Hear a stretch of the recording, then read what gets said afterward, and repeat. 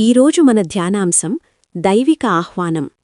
పరిశుద్ధ గ్రంథం ప్రకటన గ్రంథం 3:20లో ప్రభువు ఇలా సెలవిస్తున్నారు: ఇదిగో, నేను తలుపునొద్ద నిలుచుండి తట్టుచున్నాను. ఎవడైనను నా స్వరము విని తలుపు తీసిన ఎడల నేనతని యొద్దకు వచ్చి అతనితో నేనును నాతో కూడా అతడును భోజనము చేయుదుము. ఈ వాక్యం యేసుక్రీస్తు ప్రభువు యొక్క అపారమైన వినయాన్ని, మనపట్ల ఆయనకున్న మక్కువను తెలియచేస్తుంది.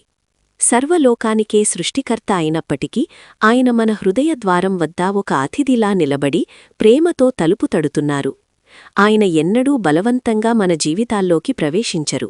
మనమే స్వచ్ఛందంగా ఆయనను ఆహ్వానించాలని ఓపికగా వేచిచూస్తుంటారు. తలుపు తీయడమంటే మన దైనందిన జీవితంలోకి, మన కష్టసుఖాల్లోకి ఆయనను సాదరంగా ఆహ్వానించడం.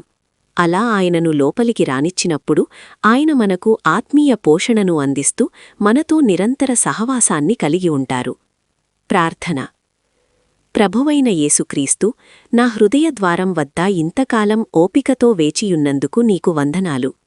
ఈరోజు నేను నీ స్వరాన్ని వింటున్నాను మరియు నా హృదయ తలుపులను నీకోసం పూర్తిగా తెరుస్తున్నాను. దయచేసి నా లోపలికి వచ్చి నాతోనే నివసించు.